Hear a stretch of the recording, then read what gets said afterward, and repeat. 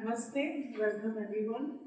So, some of you are already aware, I mentioned this morning that on this very special date, March 29th, Mother's first meeting at Auroville, we have a very special session which is part of our monthly Renaissance work. The theme, Money and Yoga. That's the theme we have taken up this month. And as part of our journal work and also as part of our ongoing Bharat Shakti series, Reawakening the Bharat Shakti, where we take up different topics and look at them in a different, in a new light, in the light of Mother and Auroville, and how that can help awaken the Bharat Shakti in different aspects. So today is the money aspect, because in India we've always had this very integral understanding of human development, individually and collectively. Money is an important force that is required both for individual and collective stability, like social stability as well. That's why we had the 4 Purushartha model, Artha, Kama, Dharma and Moksha. So as is said in Arthashastra, even Dharma, to do works of Dharma requires Artha. So we've never rejected money as such, but there is a yogic understanding, a spiritual understanding of money as a force, especially in the light of Mother and Aurobindosociaty's vision. So to facilitate a reflection on that, we have with us Deven Shah, whom I've known for several years, and last year we had a small 4-week study group, a Swadhyaya circle, on this similar theme, reading what Mother and Auroville have said on the aspects of money and finance. That was a little informal kind of a discussion group, and Deven was an important part of that group also. So this time around we zoomed in that topic on Renaissance, and Deven also has an article where he's written about his evolving understanding of money as a force. So he'll probably build up on that in his presentation today and involve us in some reflective process as well. So I will in our group share the link to his article also. Without taking any more time, welcome Deven. So it's all yours. Now I should also just quickly mention that he has years of experience, more than 20 years or so, working in personal finance and technology sector. So he kind of brings a blend of working in that sector and then jumping over to Mother Auroville's way of understanding money and how the two come together in his own understanding, especially in the context of Auroville, for which Mother had given some very specific guidance on the place and role of money for the development of Auroville as the city of future.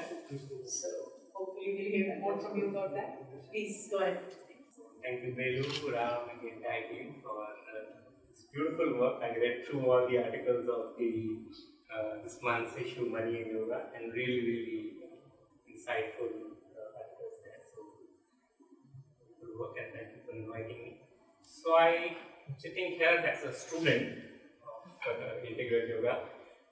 Even though there is some experience in this field of money, but when you come to share with your Mother, it gives you a completely wide view, and everything feels like you need to relearn many things. So what I'll be doing is generally taking you through some learnings that I've had on the way, some questions, some reflections, and we keep it very interactive. So at any point, if you feel like asking questions, you can ask. In between, we'll also do some journaling work, so it kind of becomes more personal. So before we begin, I would love to hear from you that why are you here?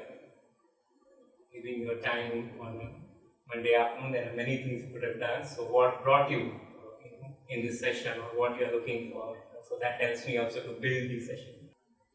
Maybe a quick round of names and. I'm Ram, working with Belu for the Renaissance Journal, and last 2 years I have been having this realization that somehow in my life I have tried to avoid money or have a good relationship with money, which has started changing after I started reading Mother and Sri Aurobindo. but still I'm in a very infant stage of creating a healthy relationship with money and how to handle this force. So that's what brought me here. Myself, Kaushal. So money and yoga is something which is a topic where I've also applied my mind and my thoughts into it many times, and I've tried to read about this subject from say sources which I could find, and the topic has always intrigued me because it is such a dominant force in our material life. Subconsciously, subconsciously, it impacts so many of our decisions. So, to understand and to develop a better understanding of this force and how to deal with it is always a good exercise. And I thought Deven would have some good insights to share. I'm Kavita, and when I heard about this topic, so I told Devi that I don't think I need to attend this because I don't have any money. So she said no, but Mother has spoken about how you can even attract money and improve our relationships with money, so that was very fascinating. So, I'm Vishwasita. About money and yoga, what I am thinking, money is for everybody, but we should not run on back of money. But yoga very necessary in our life. That is what I am thinking. I'm Vidya. So I feel yoga and money are two opposite sides. So when this session was about yogic relationship with money, I was too curious to know what is the relationship, and I always have a feeling that they are two parallel things. So I just wanted to know what is it, and I have come with that curiosity. I am Poonam Kumar. Just want to understand and learn Aurobindo's teachings on, as he used to say, money as an energy. So I want to learn more and I want to understand those things. Thank you. Hi, I'm Auroville. I just got to know about this session like absolutely an hour ago. But it's interesting because I've been thinking about Mahalakshmi as a force for the past month, and I've actually written the Harmony and Beauty that was written by Sriaurobindosociety. That's been on my board for some time. So I just found that this was apt timing, and as everybody mentioned, to see what has been told about money by both of them. So that would be interesting. Thank you.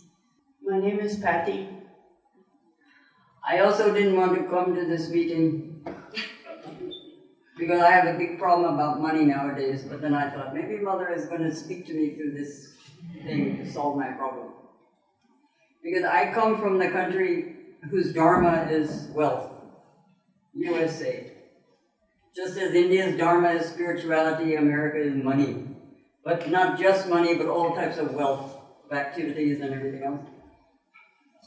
So, I have to come to terms with this because right now, there's somebody who wants money from me and I don't want to give it. So there is another problem. So whether I have to figure out if this person really has a divine inspiration and my refraining is not giving to divine, or if he's just following his ambitions and etc. So I think money is a pain, to be honest with you, and I look forward to Mother's world in the far future where there is no money. When you can walk into, like Portus, I don't think any of you are from Auroville. Oh, you? Are you? Well, you can walk into Portus and you can take what you need without paying anything. See? And I thought how simple life would be. Just think of all the products on Avery Street and all that. And they're just sitting in those shops and they'll probably never be sold. And it's just wealth which is just sitting and going nowhere because people want money for it. So, to be able to fulfill Mother's dream of being able to satisfy everything that everyone needs and at the same time have harmony in relation to money, because if I'm not wrong, I think most of the conflicts in marriage and in the world in general is over money. No, I have had, I don't think that difficult a relation with money, but at the same time, I mean, kind of like you, I remember exactly when I read the chapter 4 in the book, The Mother.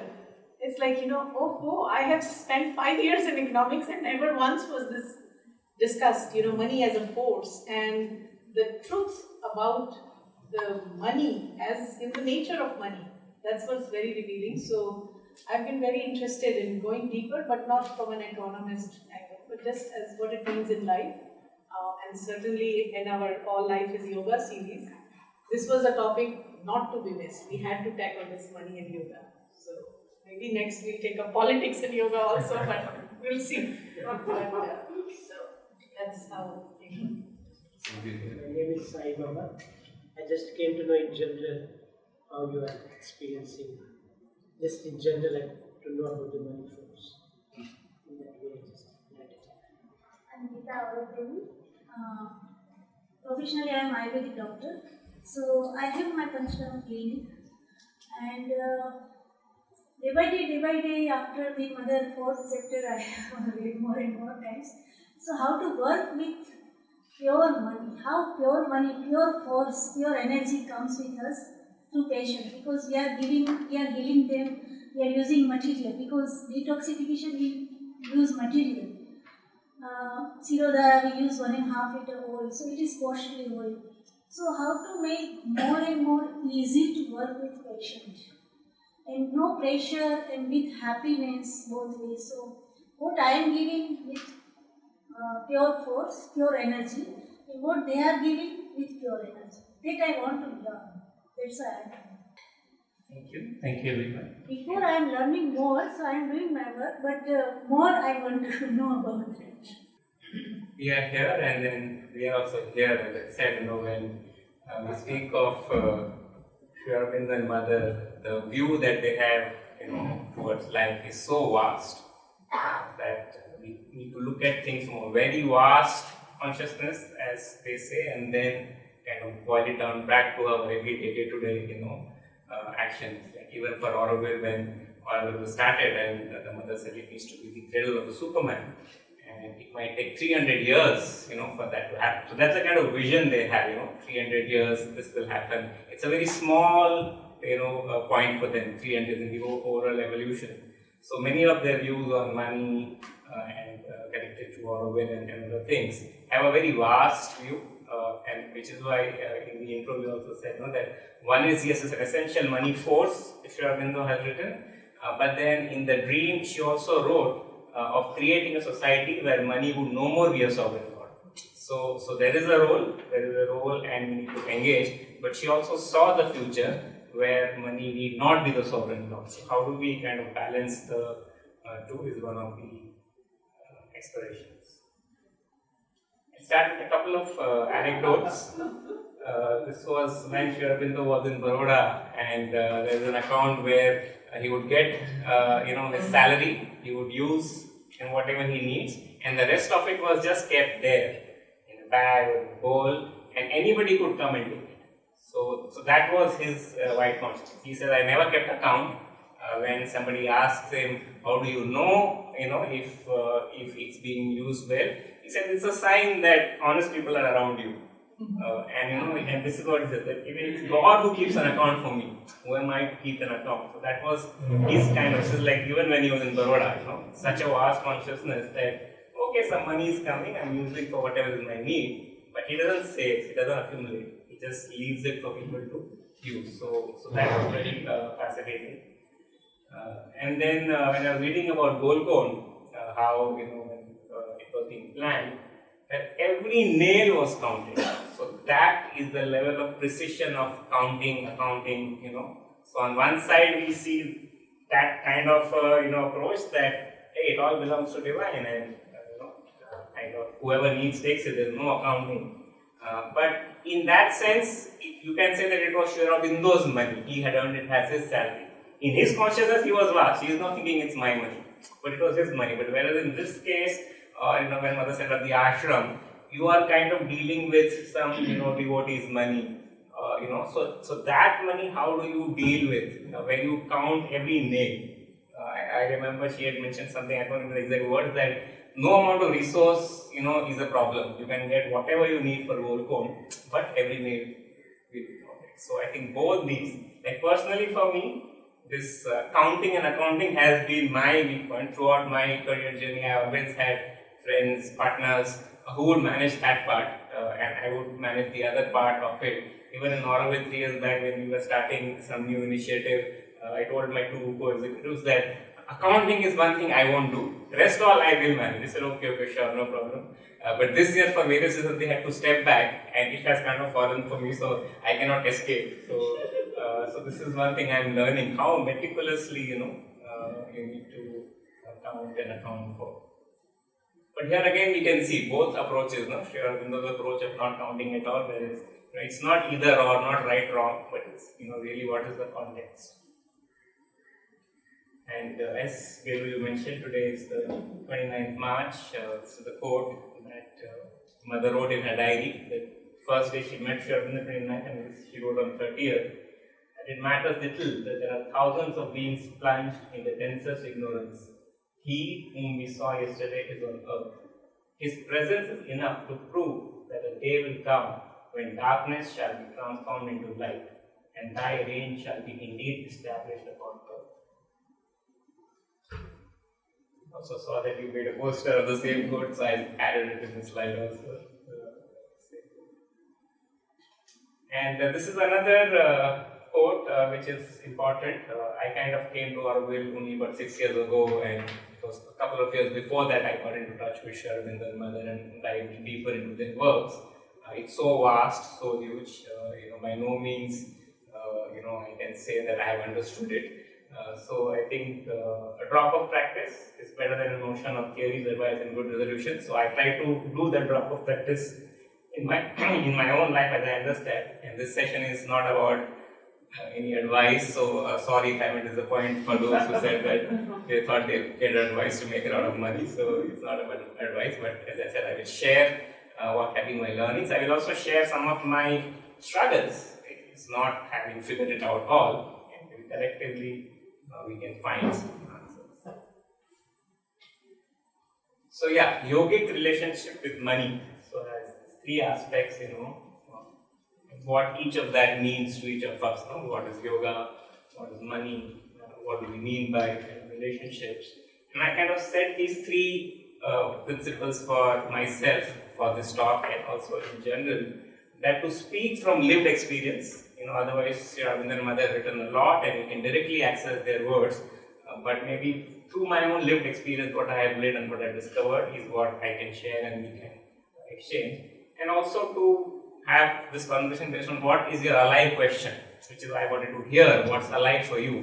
So, while I have some slides and I made a presentation, but depending on what's alive for you, we can kind of have that inspiration. And also to arrive at a synthesis, which is beyond right and wrong, especially when it comes to money, some people think money is evil. So, this is beyond good, bad, beyond right, wrong. How do we synthesize? How do we see the role of money as it is, which Sri Aurobindo and Mother very beautifully show right for us. They show the path. And third is kind of how can what we discuss, what we learn, if it leads to some kind of an inspiration for making that small shift, some small action in a joyful and a loving way. Because sometimes money can also be a very heavy topic.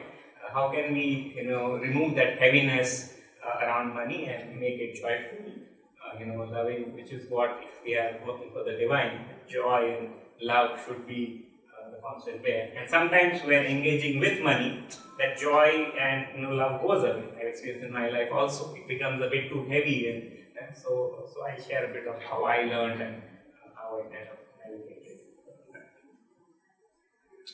This is Sant Kabir. पोथी बड़ी बड़ी जग मुआ पंडित भया न कोई ढाई आकर प्रेम का बड़े से पंडित हुए. So you can read books and books, but you can really learn how to love and love.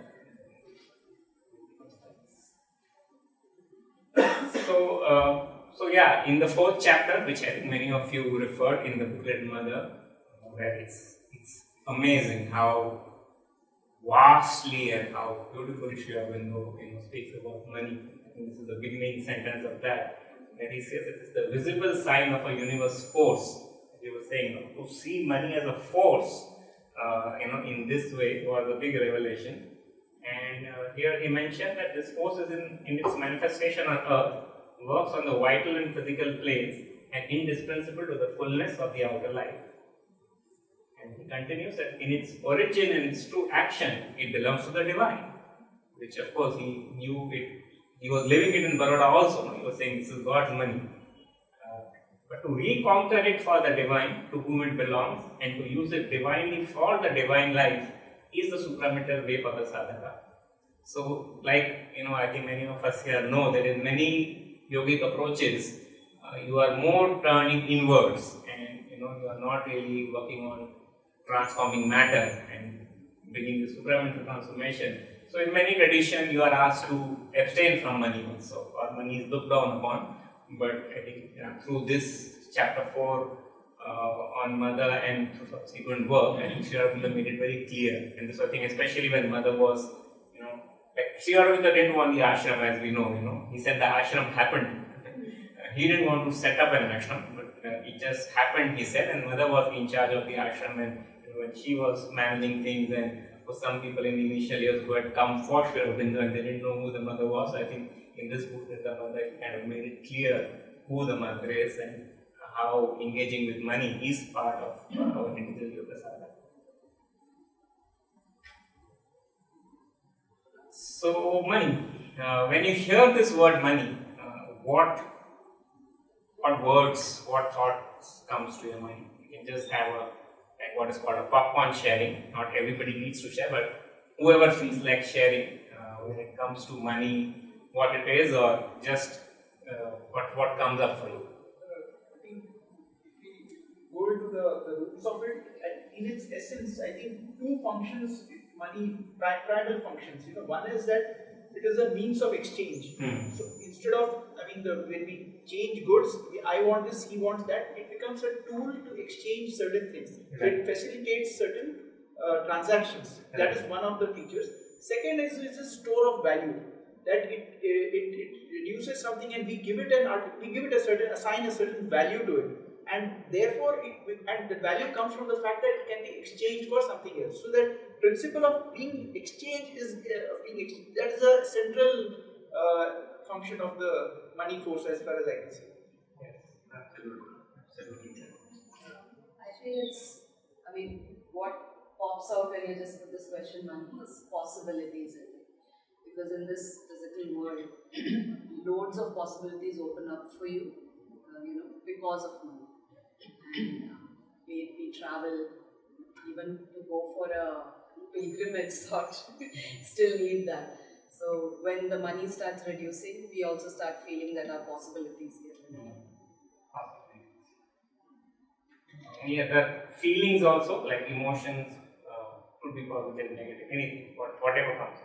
So I immediately get the need and desire, and also a sign of strength or power.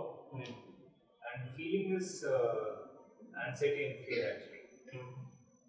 It's surprising that I get a positive feeling. So it's very common. I feel money can be an instrument of love in the sense that I remember when I came to Pondicherry, I was so impractical in those days, in 1980, that I didn't think how I was going to live here. I had no job, no means, nothing. So my mother, who was living in America, she started writing me, "Patty, do you have enough money?" I thought, money, what is she talking about? Then she said again, Patty, do you have enough money? And then now I realize money was pursuing me because I was pursuing mother. So that's the way I think people should get money, is that they should go after the divine and then the wealth of the mother will come looking for them.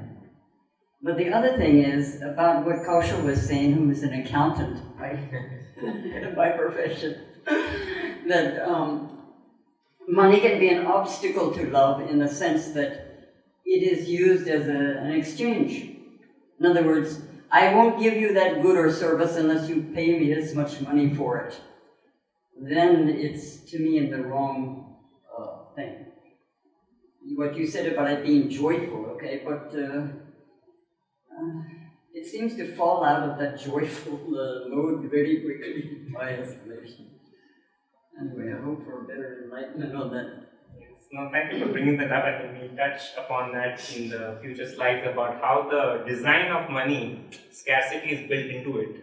If scarcity is not there, money doesn't have a role. So there is something inherent in the design of money which brings scarcity, and which means it brings fear and anxiety, which is in the design. We'll look at that. So yes, Kaushal, absolutely right. At a functional level, it allows you to store value and also measure value, both that kind of, and it facilitates exchange. So that's at a functional level. We can look at the vast view of it as a force, but at a day-to-day level, this is what kind of it allows you. And instead of barter, which is also a transaction where you are saying, okay, I'll give you rice only if you give vegetable, it's conditional. So barter is a conditional exchange. So instead of barter, money facilitates things better because I don't have to find someone who needs rice and who has the kind of vegetables. So money made it things simpler as opposed to barter, but it's still a transaction, both barter as well as money exchange. And because the scarcity is built in the design, some of these anxiety, fear, lack of joy, we'll touch upon that also. And the other aspect to look into is in your every exchange of money, what is the quality of relationship that happens? Sometimes we are aware of it, sometimes we may not be aware of it. Like it could be a simple transaction. I want to buy fruits and I pay the money, I take the fruits. It's a simple transaction. If I am in a relaxed mood, I might, interact with the fruit seller, kaise ho bhaiya, if I am in a hurry, I will, or if I am not, I'm bargaining. So whatever, it's a simple transaction, but depending on the state of mind of both set of people, the quality of relationship can be different. So one could be a simple transaction. Other could be a relationship of power over, like, you mentioned the money and power, how they are interlinked. Even in the chapter 4, Sri speaks of how money, power and sex being the three forces which are, kind of the strongest hold on the vital and the asuric forces. So in today's world especially, money has a lot of power, which means somebody giving you money, is it just a transaction or is that person holding on power over you? Or are you giving someone to kind of have some set kind of power? So I think that's one of the elements. Or is it just an exchange which is purely out of love and care and gift, mother sending some money to a child or whatever, but there is that thing. So these are just some examples, but I think it's good to reflect that in my own day-to-day exchange with money, what is the quality of relationship and how can I shift it more and more towards the kind of values and qualities that I hold dear. Or if I am receiving money, which I think many of you, when you are, if you are into fundraising and all, it's very important that the intention with which the donor is given. Because if the donor has certain intention which is aligned to your values, things go smoothly. But if donor has certain idea, certain agenda, which is not in alignment with your values, then things don't work well. So what is the quality of relationship in the exchange is something worth reflecting. Similarly, relationship. I mean, in a way, relationship is a way in which two things are connected, or a way in which two more people feel and behave towards each other, or just a sense or a state of being related. So this is again, when we think of relationships, we mostly think of it amongst humans, but we also have relationship with things, especially as we go deeper into yoga and realize this consciousness and everything. But with money, we are not always aware or conscious about that relationship. Like for some people, even for me at one phase of life, it was like I'm avoiding it. And at some phase of life, some may be chasing it. But is it a healthy relationship? So we look into it that what kind of relationship do I have or do I want to build with money, which is at the core of our topic. So we look at some of the psychological aspects of this also. And of course, yoga. When you hear the word yoga, it means different things to different people. Maybe in this room, you can just articulate what comes to you when you hear the word yoga. What I learned from mother is the shortest way of evolution. We give with good energy. It is the connection with the deeper heart, with gratitude. And if we receive money from someone, so it is like offering to the mother. So we, between us and other, we put mother. And we receive from the mother. Yoga, the word I can think of is, I think, alignment. Because aligning with, I don't know what to call it, divine or the higher force. But then you can use whichever form way of it, but I think alignment. At present, how I see yoga in my life is integrating all the beings to the central purpose, the beings within. It's always so heartening to pose this question amongst people who are connected to Sri Aurobindo and Mother, because otherwise you hear words like asana, pranayama. so yeah. So there are various definitions. Bhagavad Gita speaks of yoga, karmashu kaushalam, or samatvam yoga uchyate. Different ways to articulate. I think all of you articulated very beautifully. Upanishads has some definition. Yoga Sutra, Patanjali speaks of yoga, chitta vritti nirodha. For some people, it may not be through these words, but just sitting under a tree, Buddha got enlightened, sitting under a tree, through nature, or some people are researching in a science lab how pranayama is really affecting the brain and stuff. So it can be varied, Buddha's teaching Dhammapada. When I read Sri Aurobindo's on the Gita and the mother's commentary on Dhammapada, what a synthesis. For some people, it may, if you read from a religious lens, you may think, oh, this is the Hindu text or this is the Buddhist text, but it's all about that. So you may not even use the word yoga, but it's alignment, as you said, with that force. So whether you are reading Quran or Bible or anything, but of course, for us, Sri Aurobindo has given this beautiful sentence of all life is yoga. So cannot exclude anything, every aspect of our life we have to do in service to the divine, in alignment with the divine. It's a beautiful adventure. And some of you said about the mothers, when mother was asked to explain yoga to a child, this is what she had drawn.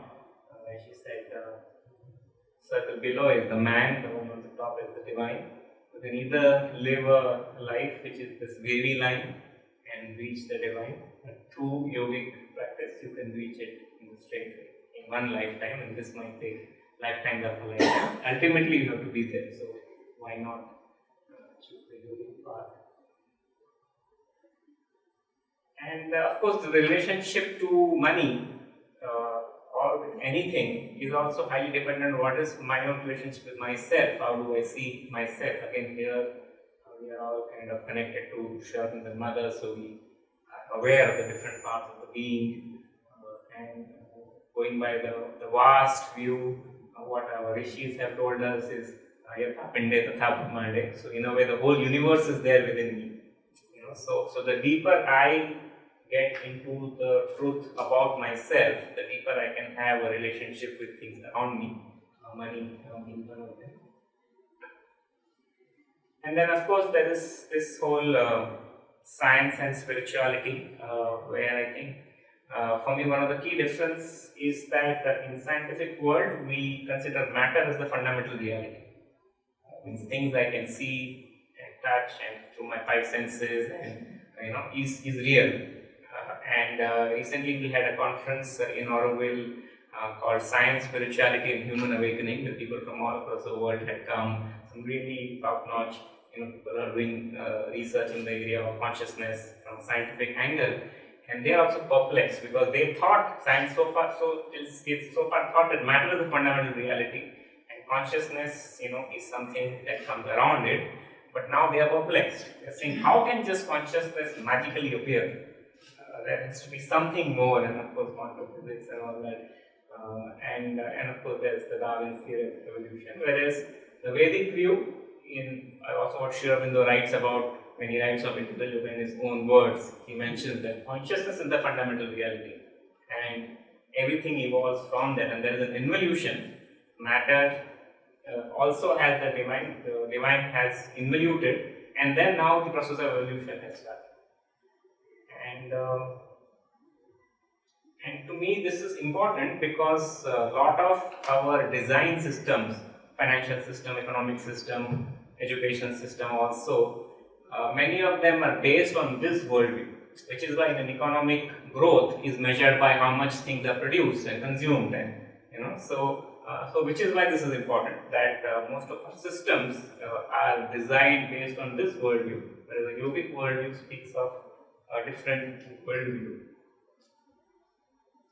Like Ishavasya sarvam yaskincha jagatyan jagat tena tyaktena punjita ma vrudatasya sutta. Such a beautiful verse from Isha Upanishad, that which is it's everywhere. Then how can you live in that consciousness? But again, this is because we are sitting in this room with a certain something inside us that pulled us to Sri Mother, and we have a certain understanding.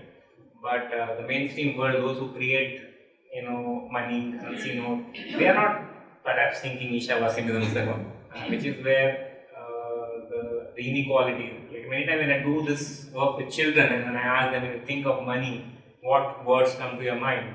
And they come up with much more creative answers, and which includes things like inequality and rich and poor and greed and all that. So a lot of these emotions are attached because the money system is designed in a way keeping the material worldview in mind, and which is to me also perhaps one of the reasons why Mother saw that for the new creation, we need something else to engage and to facilitate exchange other than this form of money, which is scarcity driven. But we'll see, we'll kind of explore that. And how do we know whether is matter the fundamental reality or is consciousness the fundamental reality? And our scripture speaks of, like Patanjali Yoga Sutra speaks of three ways: Agam, Anuman, and Pratyaksha. So Agam is in some ways received wisdom, or I read the Isha Upanishad where some rishi has realized it and has written that, and I kind of read it, and something in me resonates, and I want to believe it. But it's still something which is a received wisdom. And many times that also becomes challenging because that is how religions are formed, that okay, you receive, you believe, but you still don't experience it and you cannot live it. And that kind of, so Agam is kind of received wisdom. Anuman is inference, where you apply your reflective thoughts. You see some smoke, you're not able to see fire, but because you're seeing smoke, you assume that there may be fire. And then Pratyaksha is the experiential wisdom. And similarly, in the Buddhist text, there is a mention of Sutamaya Panya, Chintamaya Panya, and Bhavanamaya Panya, which is kind of a similar thing. So how do we know? And I think it is for each of our journeys, we discover through all three. So before we move ahead, I would like to do a little bit of journaling activity for us to kind of go back into our experiences and just write down whatever is coming. I'll share some seed questions, and you can just write down whatever is coming based on that. And please write freely. You don't have to share. If you feel like sharing, it's fine. But otherwise, just write freely whatever is coming. First, you can write about whatever childhood impressions comes to you with respect to money. Something you heard, people around you saying. Typically under 12. By that time, your brain is not. It's more of a that initial absorbing phase of 10-12 years.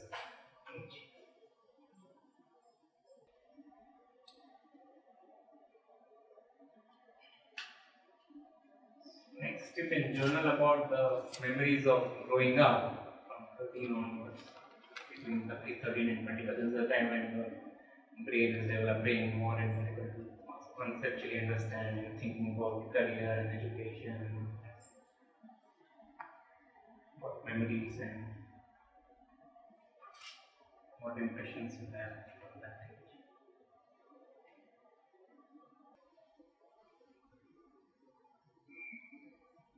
And then you can write what's the most alive question reflection for you today, which I think most of you shared in the opening circle.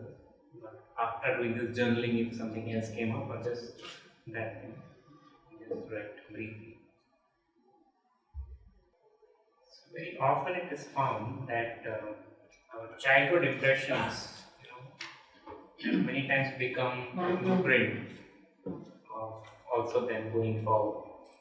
Of course, it can change if certain big shift happens, but many times we have found that whatever I heard or I experienced, and which is not just about money, I think most of you are in the education phase, the initial phase, the development phase, but consciously or subconsciously even about money, we kind of hear things from our parents or whatever, and then that kind of gets hedged. So, anybody wants to share from any of the first two phases what came up for you? Yeah, I'll share something about the growing up memories. There was a time in growing up around this time, a little my family, as a family, we went through some difficult financial times because of my father's illness. But somehow or the other, even during that time, my mother continued to have, and she had a job, so it was her salary that was taking care of things, including my father's medical expenses and things. But there were two things that became very clear to me, and I think what you just said, they have stayed with me. One is that, I realize how important money is for a stable life, for a stable order in life. And at the same time, I also realized that how important trust is, because my mother always felt whenever, and I heard her say this several times, whenever there was an acute need, somehow or the other money will come. Either one of her sisters would give something, or some fixed deposit would mature or something. So that trust was very important, that some force will provide. So those two things have stayed with me, even in this sense of acute scarcity. At times it was very difficult. But the other third thing that I also realized during that phase was not to waste any money. Be very conscious of, mindful of where you are spending it. So, this exercise was relevant. It brought up those things. Thank you.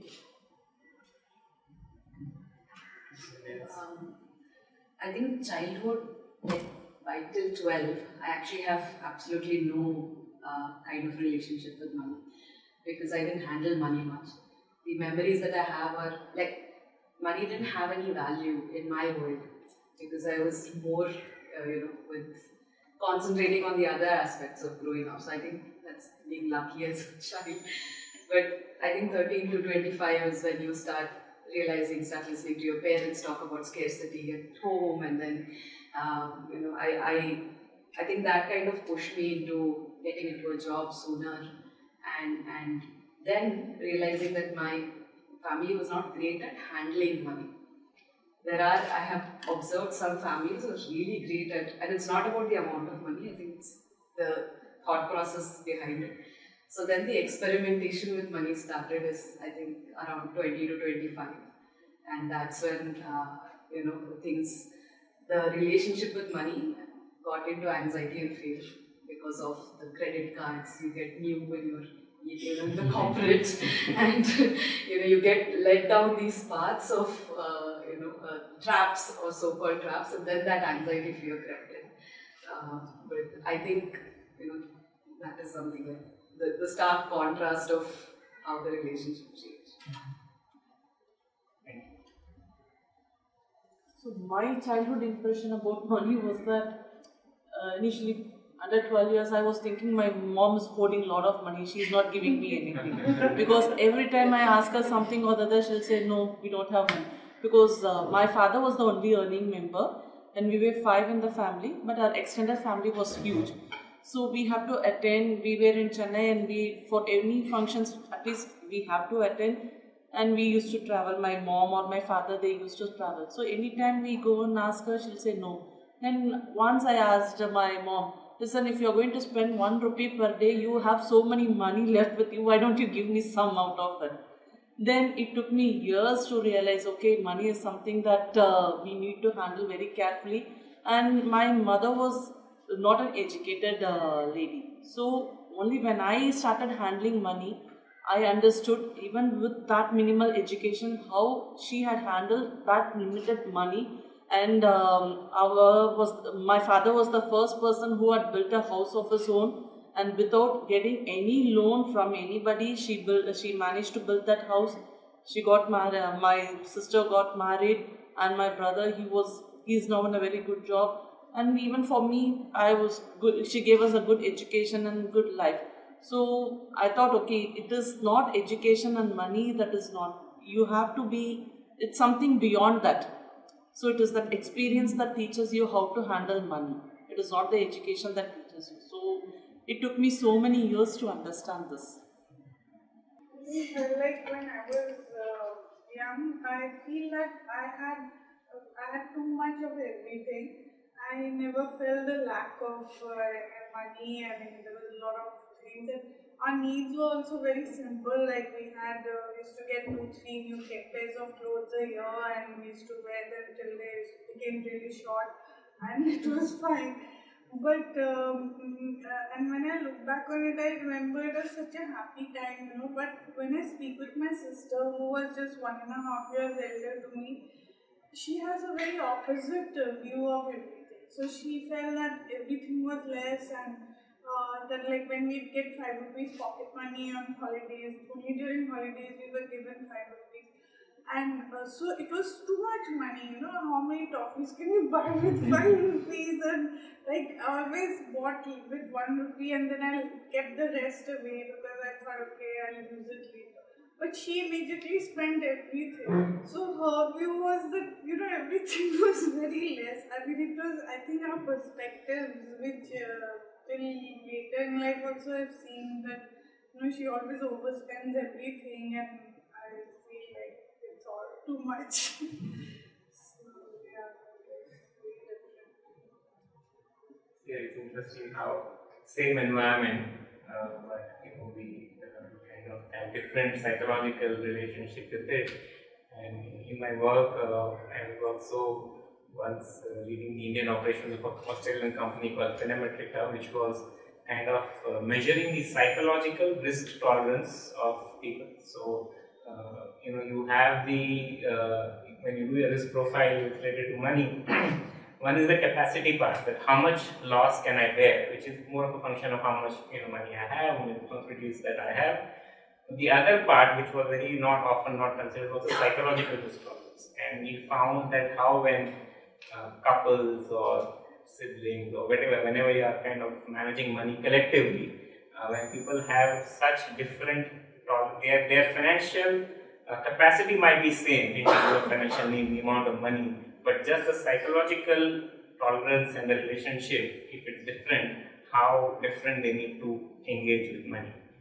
So that one's own psychological makeup, the environment might be same, but how we kind of engage with them.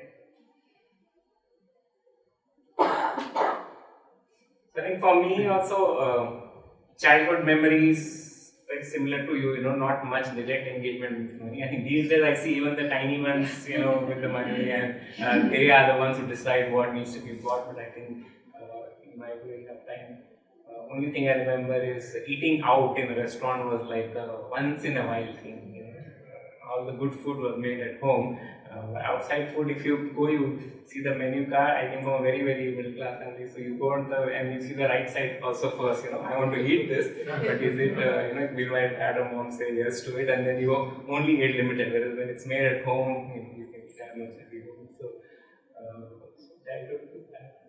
And then growing up, I think I started pretty early working also. When I was still in college at 17, I started working. So I think to me this was also it was some family situation that led me to that, but I felt like I want to be financially independent, pay my college fees, so I started earning pretty early, and that was the drive. But at some point, this question kept coming: that who am I becoming by doing what I am doing while earning and engaging with money? So is there something else which is my swadharma, my how my heart wants to do, but then you choose a career which may not be that. This may be paying more, but this, so these kind of reflections became dominant, and I had a big change in career at the age of 24, 25. And 25 to 40 was a roller coaster phase. I briefly also mentioned in the article, so I won't kind of repeat much, but I think this is where this whole dance of independence, dependence and interdependence came into play. That yes, you want to be financially independent, but there is no thing called as independent. You exist in a society which is interdependent, especially when you start getting into yogic understanding. How much money is enough was the question, is money even worth it? Because I also ended up working in the financial service and I saw the dark side of how it operates. So that was my withdrawal phase, I don't want to be near money, is money evil? What is an alternative then, to the current money and economic system? So many of these were my exploration. I also explored a lot of it. There are these experiments of gift economy where they try to not engage, in transaction, not just money, but not transaction. Operates within a circle of trust and alternate currency, which are not as extractive as the current kind of money system. So many things I tried, which was a roller coaster phase. Am I really realizing my highest potential? These are some of the questions. And I think it is when I came to Sriaurobindo's mother, the whole synthesis happened. It was like, wow, all the answers. When he mentions in the book, chapter 4 of the book Mother, that neither rajasic attachment nor tamasic parasitic denial. Really have that substitute.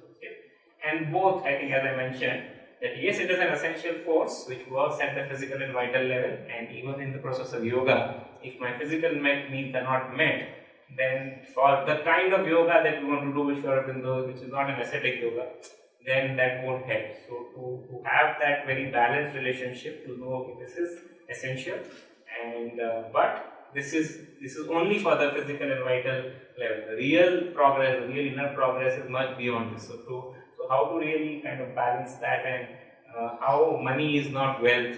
There are so many other forms of wealth. Financial wealth is just one form. It's in fact the most proxy form. Like we don't eat money over it. So there are so many of these other forms of wealth, social wealth, cultural wealth, spiritual wealth, natural wealth. So how to be wealthy in those kind of wealth, and just look at money's role as it is, and not get either too rajasic nor too tamasic. Really, Sri Aurobindo and Mother really helped in making those decisions and that shift. And Renaissance is the kind of journal which is why this session is happening. And in his book, he speaks about how this new birth in India is of immense importance, not just for India herself, but also to the world. And for those who have read, he speaks of the 3 stages. That first is the recovery. We need to recover the old spiritual knowledge and experience in all its splendor, depth, and fullness. It's its first and most essential work. Like in the current journal, such beautiful articles are there about clarity on dharma, artha, kama, moksha, the 4 varnas, which has degenerated more as a caste system, but it's only rishis like Sri Aurobindo who could actually bring its real value of the 4 varnas. So I think that is the first step he mentioned, that you have to recover, because Indian civilization had that wisdom not to separate material and spiritual. It was all kind of synthesized. So somewhere we lost that. So first step is recovery. Second step, he says, is the flowing of the spirituality into new forms of philosophy, literature, art, science, critical knowledge. That's the second step. So yes, Vedas has all the wisdom, Gita has all the wisdom, but maybe it may need to flow in new form. Savitri, for example, is one new form of that kind of a wisdom. So it needs to kind of, this eternal wisdom maybe needs to move into new form, flow into new forms. And the third, he says, is an original dealing with modern problems in the light of the Indian spirit, and the endeavor to formulate a greater synthesis of a spiritualized society is the third and the most difficult. So these are the 3 stages he kind of mentions in the Renaissance of India. And for me, this is one of the modern problems, I think, which I feel as humanity we are tackling. This is just an example of that. This is a humorous take by one of the economists who speaks of an obese man driving his car, stuck in a traffic jam, eating a hamburger and holding onto the phone while he talks to his lawyer, who's actually taking care of his divorce. While he does that, he's about to have a car accident and a heart attack. And all these things are good things for the GDP.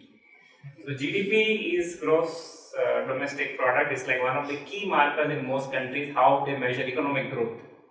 And all these things which are there, they would be good for the GDP. But is it really the kind of economy? I mean, this, as I said, is a humorous take. And if you look at what Sriaurobindo writes on the aim of what a society's spiritual economics should be, said it would not be to create a huge engine of production, whether of the competitive or the cooperative kind, but to give to men, not only to some, but to all men, each in his highest possible measure, the joy of according to their own nature, and free leisure to grow inwardly, as well as simply rich and beautiful life for all. That is what he speaks about should be the aim of the economy. Whereas our current dominant systems, which are based on the material worldview, which believes that the more we produce, the more we consume, the happier we will be. But we are seeing that's not the case. We are seeing the climate crisis, we are seeing so many things which are happening because we feel this kind of thing is increasing GDP. And our healthcare systems have become more of disease management system. There's not so much focus on a healthy lifestyle. Certain kind of things are designed in a way where you need to take medicine for the rest of your life, which need not be the case. So how in ways which have become so normal, like I see so many people who have this thyroid problem and I have to take this medicine for life, or I have this high cholesterol and I have to take this for life. So some of things which have become so normal that yeah, maybe that's how it should be. But if you study our Indian wisdom, no. It's the healthy lifestyle which is the root cause of all diseases that Ayurveda and most of us saw is accumulation of toxins. Accumulation of toxins in the body is the root cause of all disease. And depending on which part of the body the toxin is accumulated, which is also connected with the psychological part, that kind of disease happens. But if you shift to a healthier lifestyle and if you are able to release those toxins, and then of course if we are able to look at the 5 kosha level, the 5 parts of the being, then toxin not just of the body, but toxin of the mind, toxin of the emotion. So what is needed is a lifestyle shift. Just taking a tablet might fix some symptom, but this is just an example. Today's session is not about health, but it's just an example of how our systems, financial system, economic system, education system, they are designed at a certain level, which is very material and limited world. And why rishis like Sriaurobindo and Mother and all had to write so much. Even in that time, he's written things about economic barbarism, which is also mentioned in a journal in this article. So I think this to me is one of the key point of reflection, because each of our decisions, impact. How much do I get sucked into this mainstream economy narrative, or how do my decisions actually create this kind of economy? And which is why it's a very important thing for us to understand. And especially Mother, when she wrote about a dream that she had, where she said, in this ideal place, money would no longer be the sovereign lord. And one of the aspects she highlighted was that work need not be a way to earn one's living, but a way to express oneself, to develop one's capacities and possibilities while being of service to the community as a whole, which for its own part would provide for each individual subsistence and sphere of action. So I think spaces like the ashram, society, or Auroville, in our own ways, we are trying to kind of create these kind of conditions. It's all work in progress, and nothing is perfect, but at least in my personal journey, I realized that just moving to Auroville from a city which is, even though you may have your sadhana, you may have your practice, you may have your sangha also, but the overall atmosphere is within the pushes and pulls of the economic, consumption, accumulation, so just to come to a place like Auroville, which has this as its intention, and already, to a large degree also allowing that to choose work based on your swabhava and swadharma, has been a huge shift. And there are many experiments across the world which are now growing of this nature, where they are realizing, because most of the friends, because I worked in the banking sector and financial sector in various areas, they are saying it's not if, it's a matter of when this financial kind of system will start crumbling down, because it's not sustainable, the kind of economic growth that we are expecting. So they are buying, farmlands. Okay, when things crash, we move to a farmland. A friend recently came from US, where he said he was in a residential area where the billionaires were staying, and new houses there come with a bunker with diesel storage for 2 years, food. It can, because they say that if war happens, if nuclear war happens, the rich people can go in the bunkers. So they have high walls. This is the kind of things that they are happy with. It's become like norm. If you are a super rich person, then you have homes which are all homes in South Korea, they have this kind of thing. Yeah. Because they fear North Korean attack, they have a lot of bunkers and underground things. So is this the way humanity needs to go, or is there a different way? Where is this you're talking about? Sorry? In the US. This was in the US. So I think it would be nice to see that what would you do if money wasn't constrained. Even though it's not real, but for us to just think that if money was not a constraint, if I had enough, would I be doing the same work, living the same life that I'm living right now, or is it different? If the answer is no, then maybe it's worth thinking, because our life is precious, every moment is precious. This is just a reflection question. There's a video by Alan Watts which he shares with the youth. What would you do if money was no object? Would you still choose the same career? Would you still do that? So this is an interesting question to think about. I won't go into the details of this, but I can share the slides of what is an economy and what are the key questions in an economy. Who owns what, who does what, who gets what is produced, and how is nature seen and treated. These are the 5 questions given to me by a friend who's studied economics from Ahmedabad, and he's read like 50 different books, and he told me this is his essence of like 5 key questions. And in many of these questions, the way Auroville works is quite different. Like there is no individual ownership, the collective ownership makes a huge difference. What you do and what you get is not linked.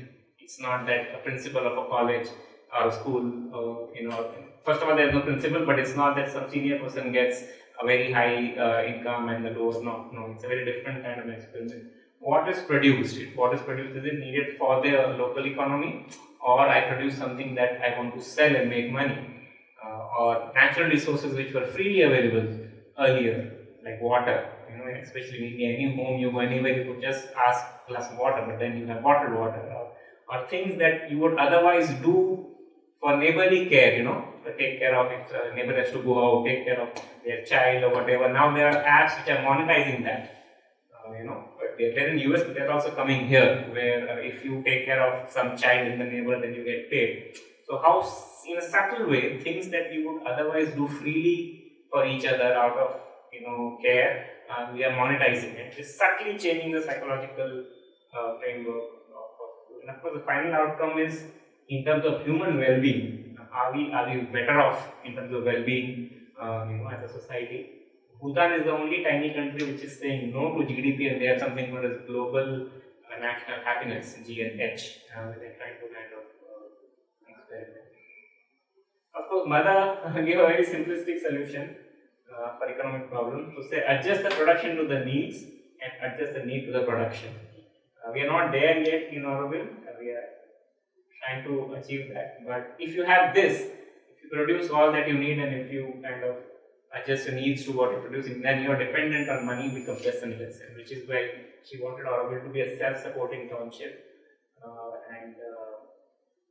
But if you are not, then you rely more and more on money. And money flows primarily where it gets highest returns.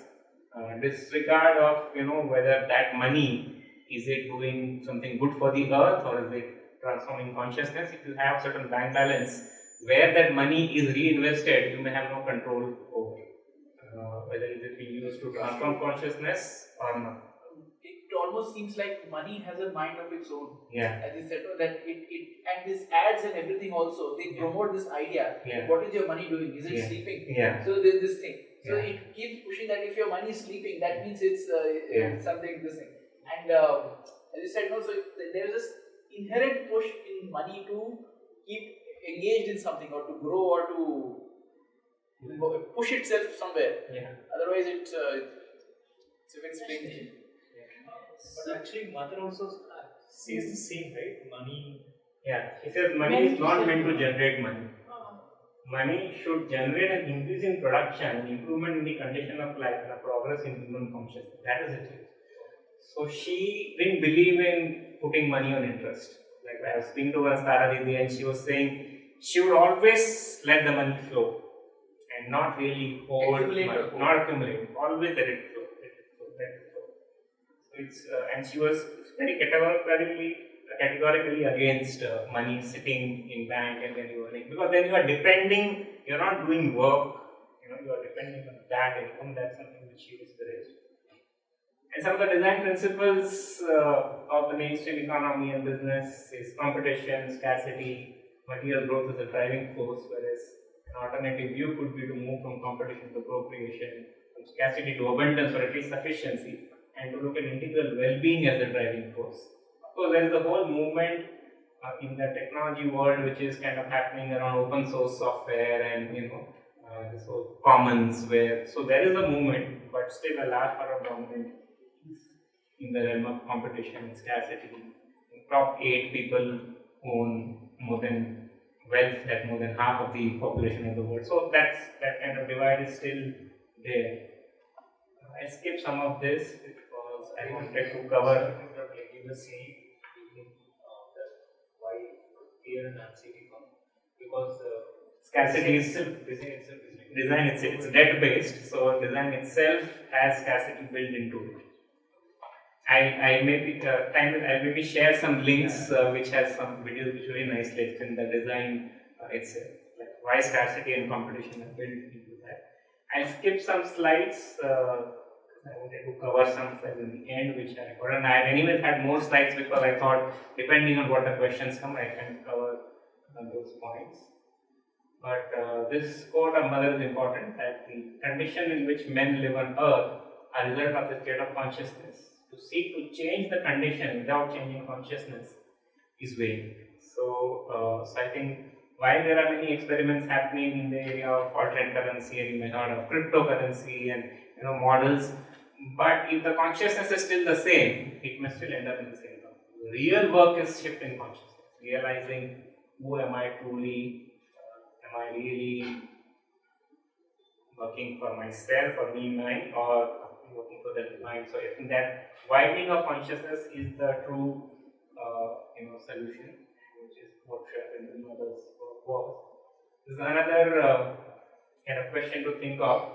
That imagine how would your life be if the present financial system collapsed and it's a very real question. It's not actually a thing.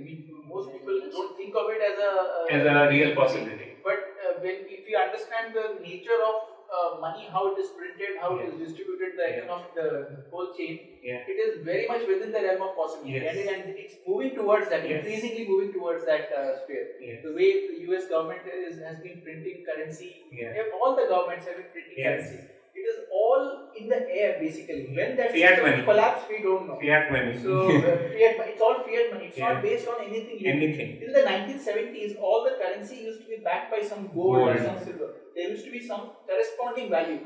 From 1970s, they delinked it, and it's only on the government trust. So as long as you feel that government is trustworthy or this money has some value, it has value. The moment you distrust the government, the money loses all its value. So his anxiety and fear may be going up. so now there's all the real question, and it is these kind of questions. The way the US economy is moving, people are moving a lot more towards cryptocurrency, gold, and other things. They're going back to these kind of things which are not linked with any government. Cryptocurrency is very big right now. It's in billions and billions of dollars are moving towards these kind of things. Because people actually have this fear. Yeah, but the mother's point of consciousness, the consciousness of people who are building crypto, if it is still at the level of... So crypto it's a means, it's actually speaking, essence of money it does capture in a sense, it becomes something which is accepted by all, and it is artificial, it is scarce, but it becomes a means of exchange.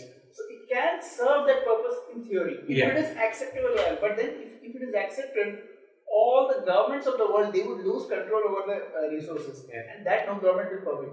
So that's why it's hangs in the balance right now.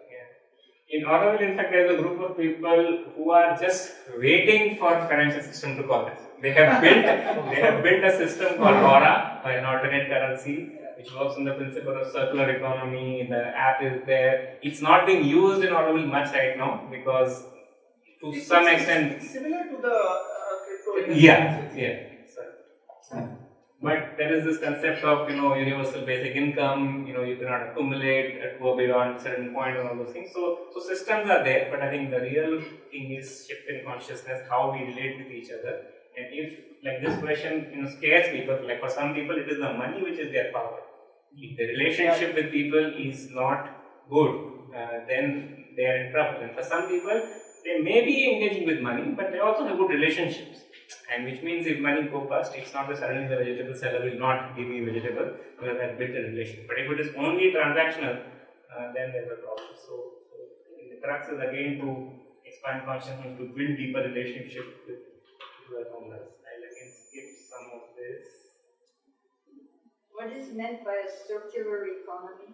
Circular economy where things are locally produced and they are recycled, reused, so there's not much of global trade and all that. It's kind of, the whole cycle is managed. Actually, I think one of the central questions is, at what level do we stop? If we really want to, we can have a very simple economy which can be, as you said, circular. It is because the needs are always increasing and people want more and more things from that one, that one. And it is also true that some of the things are produced better elsewhere.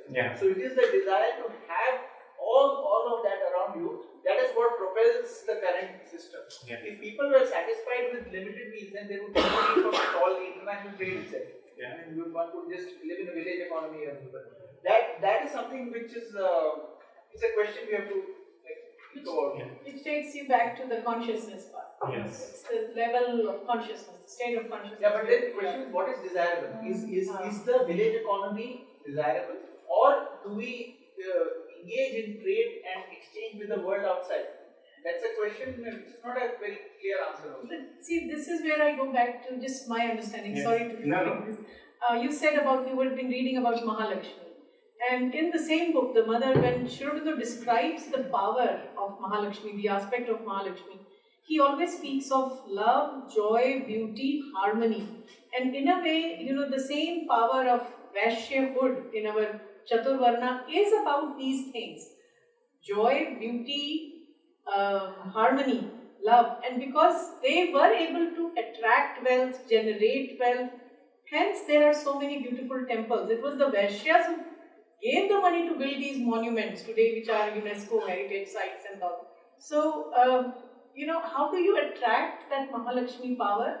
Is through that consciousness of love, joy and beauty. That's how at least I understand it. It's not the puja part of Lakshmi on Diwali day or any other day, but to bring that love and joy in us. That could attract the Lakshmi to us that way. So that's how at least I am beginning to see. Yes, I think it's also Mahalakshmi, she likes place when there is order and beauty and harmony. When there is perfect order, that thing tends to attract the right forces also. Right. So I've read somewhere where mother went into someone's room, how she used to go, and there was a broken piece of furniture, and the sadhak said, "Oh, I don't have money," or whatever. She said, "That doesn't matter. You could throw this old broken piece of furniture and put a simple mat or a dari, because there will be order, there will be harmony and simple beauty." So even village economy, with the khatia and all that can be. It is very beautiful, but I'm saying that an ideal for all. Right. Some people may be okay with that thing. Some people may want, I would like to have that. I would like to have that. Because see, there's one more example which we, mother's example, I think one of the sadhaks who was, saying that why are we having it in these steel plates and all these dining and all? Why can't we have it on the patta and all? We'll save money. So mother said, no, don't think this thing. Aspire to have it on a gold plate. Why steel? There's nothing wrong with that. Exactly. So this is another whole perspective that why should we always have this thing of trying to lessen, shorten, and that ascetic tendency is also deeply embedded in our thing. We should not have that this kind of attachment to going absolutely in the zero minimalistic way. That would also not lead to completion of things. So, I mean, the thought came because when we talk about communities like Auroville and everyone has to agree to kind of be there. So if you have to be a part of it, you have to agree to all the things or the way that it's going. So, so when you're living in a larger group, you still have to live in a larger group. But then, as you said, if someone wants to be happy with, say, the patta thing and then I want a gold plate, then how do we make the entire thing kind of balance out? And it's also not easy in place like Auroville, where even when we come together with a common charter and think differences are there, and I think it's an ongoing journey. But I think to me it comes back to shifting consciousness. Like even this thing that you are saying is not so much of an aesthetic kind of a village economy, but way we exchange. If let's say right now I think of you as separate, and hence I fulfill my need first and then yours. But the more we see our interconnection, the more we will take care of each other in a very different way. I think that to me is the core of shifting consciousness. That it's no more, which is what would be some of my closing slides. It's no more than I seeing my separate and only me and my child and my family, but that expansion of consciousness where we see our deeper interconnection, and then the kind of economic system, the kind of exchange system we design will be very different. And I think right now we are going through that phase where we clearly know that the current systems are not working and we don't know what is the answer. But a lot of experiments are happening, and I think it's important to know, like not really Economic Times or CNBC and all. They will not hold these kind of questions because right now they are pretty much embedded in that system. But I think it is only groups like these which need to reflect on these questions and do some experiments where we can create some ways to find the alternatives. So this is the Auroville story. We have some experiments like photos that Patty was speaking about, and free store. Sadhana, of course, is an experiment which experiments on gift economy, where the whole model is there is no transaction. People are offered unconditionally, and because they are doing good work, funds are flowing. But you can volunteer there, they host people, meals and all, but there is no price. That's an experiment. But they are sustaining, and not just they are thriving, they are growing. Sadhana forests are growing across the world now. Right now the whole team is in Meghalaya, heading up sadhana in Meghalaya. So there are pockets, some more slides I missed, which are experimenting with a new consciousness. That if you serve by seeing divine and all, even if you may not use that word divine and all, but if you serve unconditionally, then somewhere you are taken care of. So the transactional thing, blocks you. But if you start giving unconditionally, you see that comes, the divine sense in whatever ways, it can, like you say, like your mother was saying. So there are many experiments. I've been part of many of them even before Auroville, and I've seen things thriving. And the biggest part was the quality of relationships that I found in those kind of communities where you're serving each other unconditionally is way, way better than any other. So because when you are giving unconditionally, receive unconditionally, there's a very deep bond. And that's the bond which is of a newer consciousness, where we are all interconnected. Just because you don't have money doesn't mean you will not get this, and even in our work in Sanskrit, we are experimenting with that model. And we are seeing that yes, those who have, donate even without asking, and those who don't have come and freely attend and go without feeling any guilt that I cannot, pay this or whatever. So that is to me one of the directions of how do we manifest more and more of this kind of an exchange? If economy where goods and services are given freely without monetary exchange or expectation of return or a reward. So it's not barter, because in barter there is a expectation, but this is given unconditionally and it flows. So it differs from barter. It creates a deeper circle of trust. This is one small example. During the lockdown, many communities in Auroville decided to identify pieces of land which were just lying empty. And all the farmers, of Auroville gave seeds and saplings and trained, all of us. And we created food gardens because it was lockdown, we had time. So we created food gardens and they started thriving. So none of it will figure in the GDP because there is no financial exchange. Farmers gave seeds and saplings freely. We worked with our hands. Fruits and vegetables came, we harvested, we ate. It's a circle return, it's happening. But will it appear on the GDP? No. But these are the kind of things we need to do. So that's, and this kind of thing we can do anywhere. Eating together, sharing. We start with small steps, and then the circle of trust starts growing. So Mother had identified this condition for living in Auroville, where she said that from a psychological point of view, to be convinced of the unity. At least you are convinced, and the will to collaborate for the material manifestation of the unity. So if you are convinced that deep down we are one, even though materially right now conditions are not there, but at least you have that deep down conviction, then you will work and try to be the willing servitor and make it manifest. So that is what she said as the psychological condition.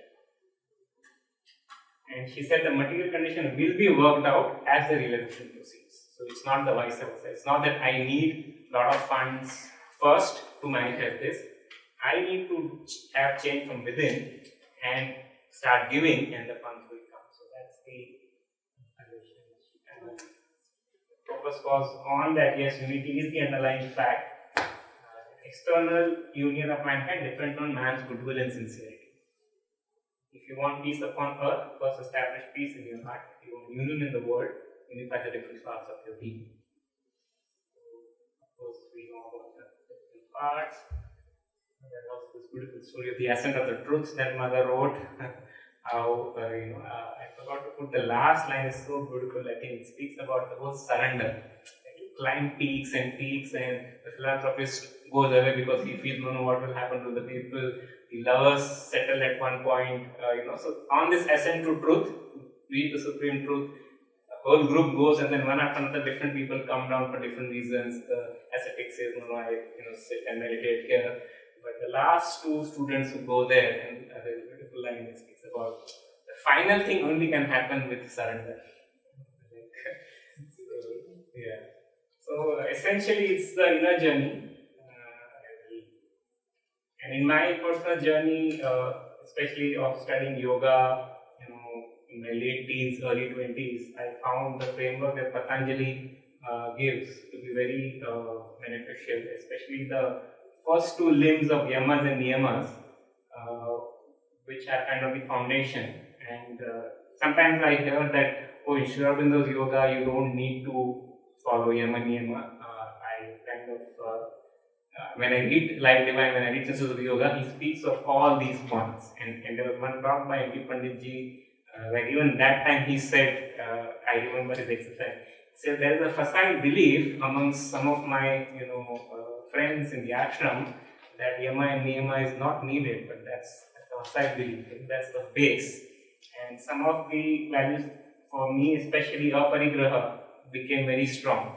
And then I kind of stopped accumulating. And then santosha, contentment. So as many of these inner qualities started developing, I found that there was abundance, just by the inner kind of shift. And our Shastras also speak of these 6 enemies within. So while engaging with money, I think for me, one of the markers is, am I engaging it as a willing servitor, and is my consciousness expanding, or is it kind of narrowing? So if it is increasing my craving and lust and anger and aversion and greed, काम, क्रोध, लोभ, मोह, मद, मात्सर्य, then and the money world gives you a lot of pulls to pull you in this direction, greed, jealousy and all that. So to me this has been a marker if this is increasing, then I'm not engaging with money in a wholesome way. And then there are also friends within, which is Maitri, Karuna, Mudita, Upeksha. So how can I engage with money in a way that these grow within me and then in the world outside? So last slide, there is this famous concept of power of compounding. Einstein even calls it the eighth wonder of the world. It's highly used in the financial world, power of compound interest. And one of the reflections I would leave you with, how do we use this power of compounding to compound goodwill, to compound kindness, to compound compassion, joy, equanimity, and love, and all these qualities? So, with that I kind of end my reflection and sharing. It's a long topic. We can dive deeper and deeper and share more, but it was a joy to do it in this interactive way because it's a vast topic. I'm also a student, but I just wanted to share some of these thoughts, some of these reflections, and see how we can make these small changes towards the world where we use power of compounding for this and really become instruments of the divine while engaging with mind. Thank you. Really, thank you, Deven, for this wonderful session. To really bring out several points, like you're saying, it's a vast topic and you covered many things, but you covered them beautifully with enough homework to us also to reflect upon. So just as a small token of our appreciation and gratitude, a small gift.